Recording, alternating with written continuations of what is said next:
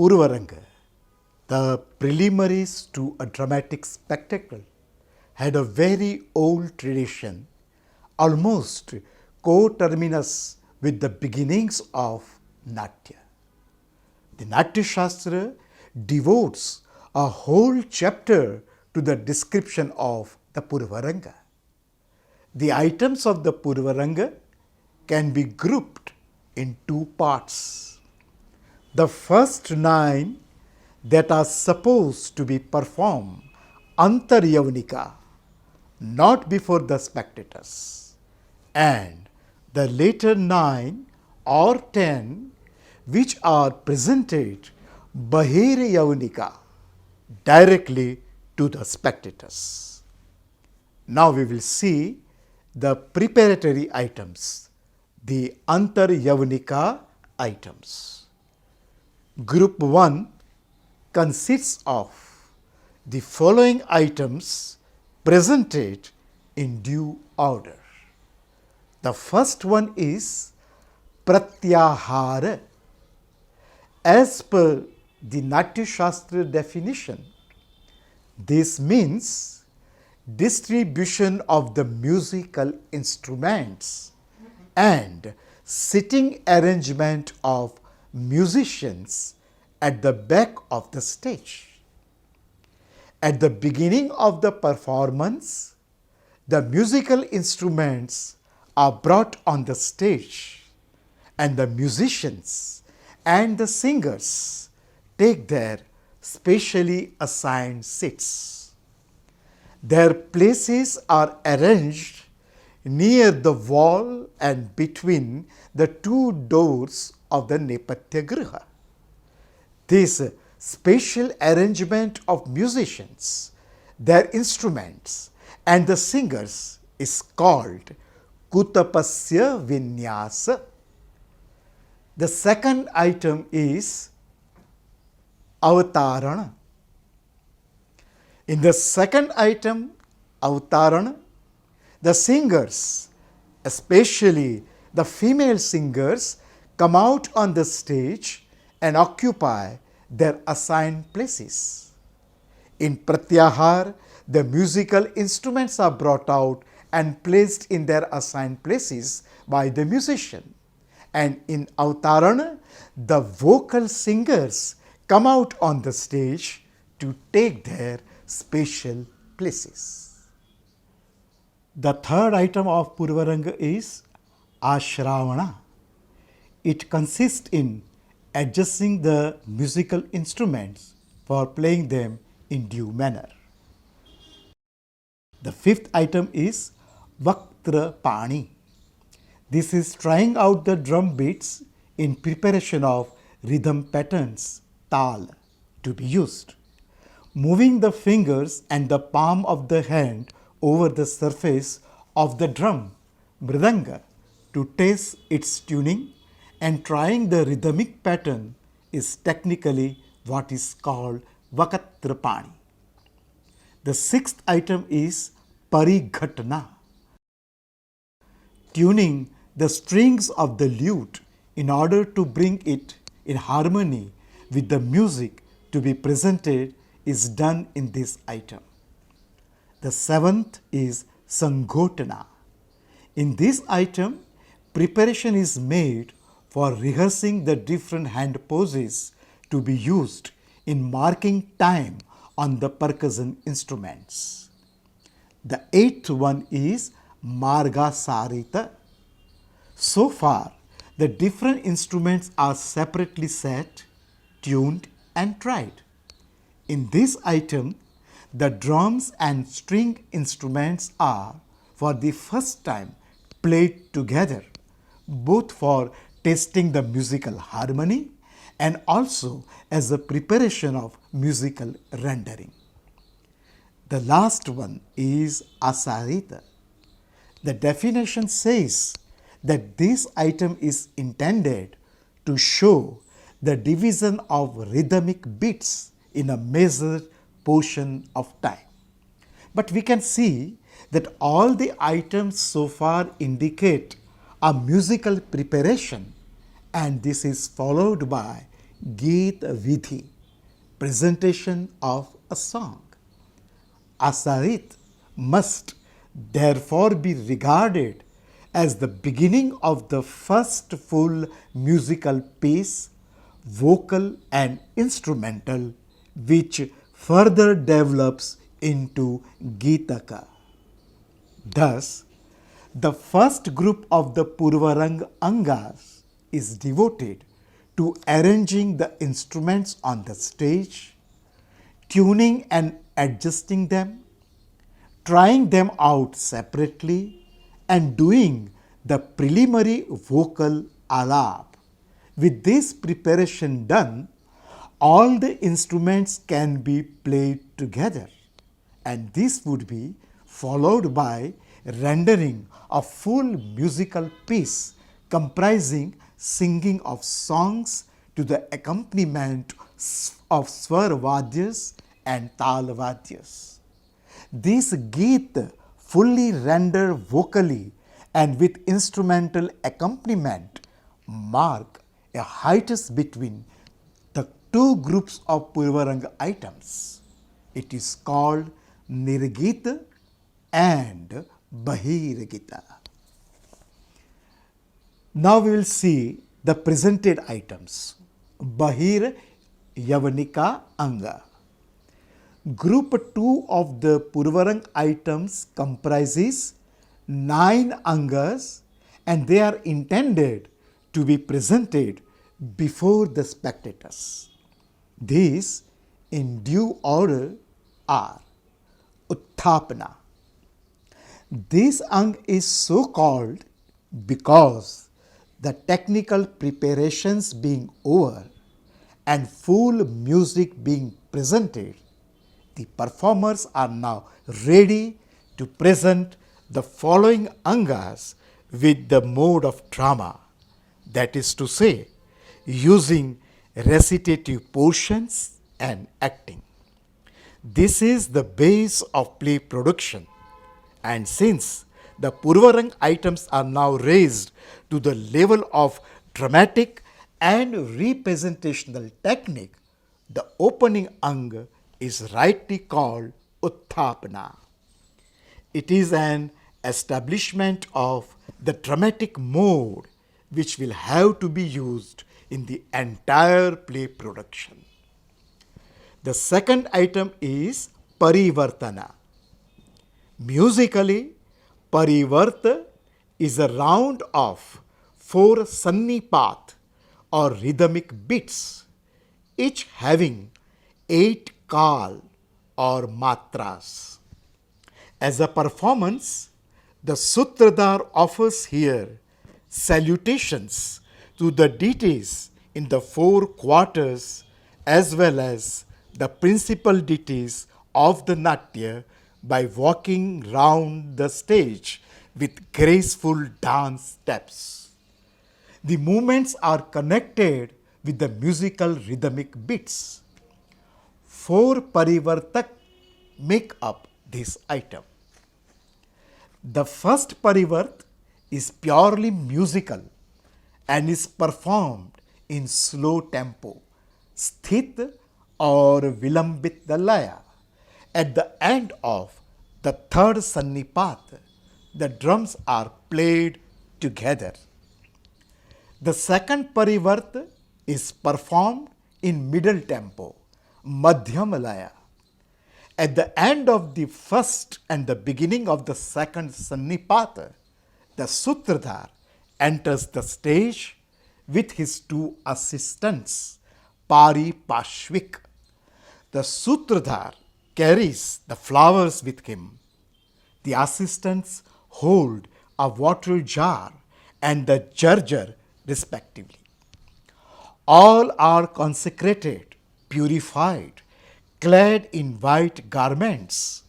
They hold the Vaishnav pose with all the grace of the body, have a pleasant look and adbhut glance. The Sutradhar then takes 5 steps forward in measure with the full musical beat and using the dance mode. to approach the Brahma Mandal located at the center of the stage. He offers the flowers in the mandala. Then he performs three salutations, apparently for Brahma, Mahesh, and Vishnu, the principal deities of the Natya. In the third Parivarta, the Sutradhar circumambulates the Brahma Mandala. The walking round is done by using Suchichari and Veda, that is, a dance mode. Since the three Vandanas are done by touching the head and the joined knees on the ground, a ceremonial purification is done, calling the assistant holding the water jar by sipping water, achpan, and sprinkling it on the body. The Sutradhar then takes up the jarjar at the exact moment when the musical Sannipat comes. The third Parivart is done in fast tempo, Drutalaya, and performance here begins with Pradakshina and ends with Jarjar Grahana. The fourth Parivart is done in fast tempo. The Sutradhar holds the jarjar like a balance, and sacred formulas and verses are addressed to it as part of ritual worship. The Sutradhar then moves back towards the musical orchestra, beginning the foot movement by lifting the left foot, followed by the movement of the right foot, thus reaching back in 5 dance steps. Like the jarjar, the kutab also is offered ceremonial worship. At this time, a Parivartani Dhruva in Ati Jagati meter is sung. The Sutradhar follows the music and rhythm of the Dhruva song to walk with graceful dance steps in each direction in order to offer salutations to the 4 guardian deities of the quarters: Indra, the east; Yama, the south; Varuna, the west; and Kubera, the north. These salutations are done by taking 3 steps, starting with the left and turning on the right foot towards a particular quarter. Isha or Shiva is to be saluted with the masculine right step forward, Janardhan or Vishnu with feminine left, and Brahma with a neuter step, right foot not much lifted up. When the Sutradhar has finished this performance, a 4th man, Chaturthakar, enters the stage with flowers. He is to offer ceremonial worship to the jarjar, to the musical orchestra and the musicians, and also to the Sutradhar. The foot movements of the 4th man during this worship have also to be arranged to synchronize with the playing of the drums. No song is sung here. Only meaningless syllables are recited along with the instrumental music. The 4th man makes his exit when he has completed the worship. The performance is concluded by singing an Avakrushta Dhruva in Chaturastha Tal and in slow tempo. The Parivarta uses a musical quartet. Each line is played in 8 kal, at the end of which comes the Sannipat, the rhythmic clapping. This means that the total duration of each Parivarta is 32 kala. It is within this musical time that the performance is assigned to each parivarth have to be completed. The next item is Nandi. As per definition, the Nandi is a benediction, a verse containing veneration and praise offered to gods, Brahmins, king, and men connected with the playhouse, including the poet, producers, and spectators. The fourth item is Shushkav Krushta. The singing of the Nandi is followed by a Dhruva song. It is called Shushka Ava Krushta. Shushka or dry because it uses meaningless syllables to sing melody. Avakrushta signifies a particular class of metrical composition. The text describes it with some details. The main and the only purpose of this dhruva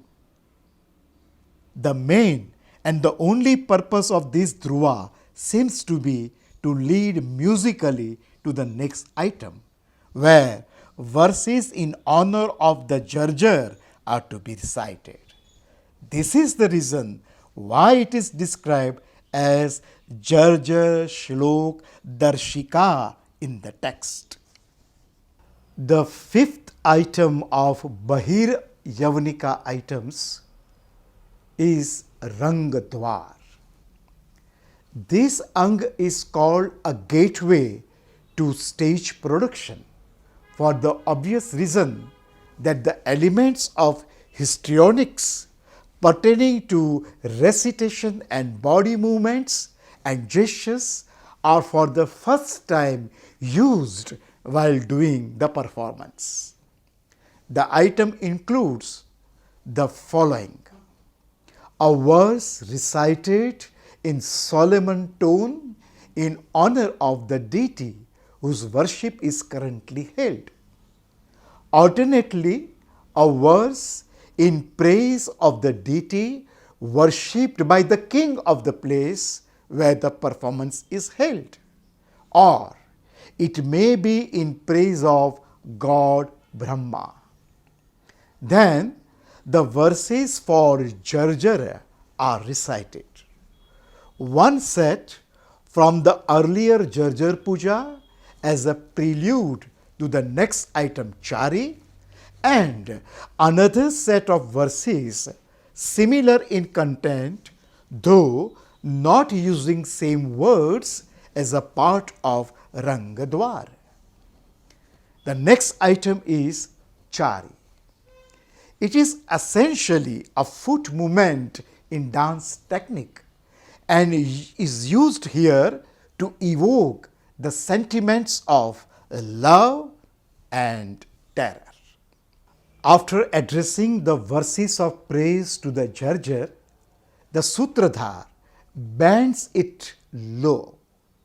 At this time, the two assistants move back to the west. This means that the Chari and also the Mahachari is to be presented by the Sutradhar alone. Here, Adita Dhruva is sung, which apparently was used for the Lasya dance which Shiva performed with Uma. It is to be understood that the poses and the movements that Sutradhar uses in the performance of the Chari are feminine, graceful, and attuned to the sentiment of love. The next item is Mahachari. It is similarly performed by the Sutradhar alone, but since it is to evoke the sentiment of fury, there is an appropriate variation. The dhruva used here is Chaturasra. It is presented in fast tempo and the Sutradhar steps are accompanied by drum beats. He moves 5 steps forward as before, but the steps are wide. Keeping his face towards east, he again takes 3 more steps. The foot movement beginning with the left, followed by the right. Then he is to recite a verse depicting the furious sentiment as he brings his feet together. After the recitation, he moves back 3 steps in order to present the next item with the help of his assistants. The 8th item is known as Trigat. Literally, it means what pertains to 3. The 3 men's talk. The Sutradhar and his 2 assistants enter into an amusing conversation at this stage, which suggestively leads to the establishment of the dramatic theme and composition taken up for production. The Vidushak is for the first time mentioned here, and obviously he is one of the 2 assistants who has been present on the stage all along with the Sutradhar, but who now plays the role of a jester. The Vidushak's walk and talk is full of inconsistent statements, argumentative, using enigmatical or equivocal statements. He is also to indulge in clapping of hands when he has asked a question or made an argument. The Angas of Purvarang up to this stage have been purely of ritual and musical nature and aimed at entertainment. Trigata and Prarochana that follows it have a different objective and directly relate to the business of drama production. It is also be presumed that the Trigat must have used some form of Prakrit or the spoken language, at least for the Vidushaka. The last item is Prarochana. This is in fact the last item of the Purvarang. The laudation or pleasing appeal consists in the Sutradhar inviting the spectators to witness the dramatic performance. In order to ensure success for his production, he hints once again and directly at the plot of the play. He appeals to the audience, and if his word merely were not enough, he would use proper reasoning and arguments to justify the spectator's interest in and attention to the production. Prarochana thus consists of 2 parts: an invitation and appeal to the audience, and a direct hint at the theme or content of the play. After this invitation and appeal, the Sutradhar returns to the green room with the assistants after completing the Purvaranga, and another member of the troupe called Sthapaka enters the stage to introduce the play. This Sthapaka or Kavya Prastavak, as he is also called, resembles the Sutradhar in all respects, that is to say, in makeup, costume, movements and gaits, and in the manner of delivering speeches. He imitates the Sutradhar. He enters the stage to the tune of an appropriate Praveshiki Dhruva sung in the middle tempo. He too performs the Chari and recites verses in praise of gods and Brahmins, verses which are sweet and capable of conveying varied sentiments. As part of Chari and Mahachari, these are expected to convey the emotions of love and heroism. It is possible also that he sings a song to induce receptive mood in the heart of the audience. This performance of pleasing the audience, Rang Prasadana, is similar to the Praroshna of the Purvaranga. The Sthapak then turns to his main business of introducing the play and the playwright. He is to declare the name of the poet, then introduce the particular play in production, speaking about its content and possibly of the characters that figure in it, as they happen to be the divine, human, or mixed according to the theme. He is then to open the play, that is, suggest the opening scene using different devices for such a purpose, alluding to the beginning and the seed of the dramatic plot. When this is over, he leaves the stage. Varieties of Purvaranga. The Natya Shastra first speaks of two varieties of Purvaranga, Chaturasra and Trayasra. The angs and the prescribed musical measures described so far refers to the Chaturasra variety. The angas and their performance in the Trayasya variety are similar. The difference comes in the employment of the instruments, movements, dhruva songs, tal and musical measure and rhythm. There is shortening. Two other variety, Shuddha and Chitra, are mentioned and the later is described in detail. In the Chitra variety of Purvaranga, there is considerable music and dance. The name Chitra is obviously due to the picturesque appearance of celestial persons and the variety of song and dance used in the performance. The Shuddha variety naturally would not use such elaborate song and dance, and this is what distinguishes it from the Chitra Purvaranga. Apparently, both Trayasra and Chaturasra varieties may be presented as pure or picturesque. But since Trayasra uses abridged measures of time, it appears that only Chaturasra was treated as a Shuddha and, if time permitted, as Chitra also.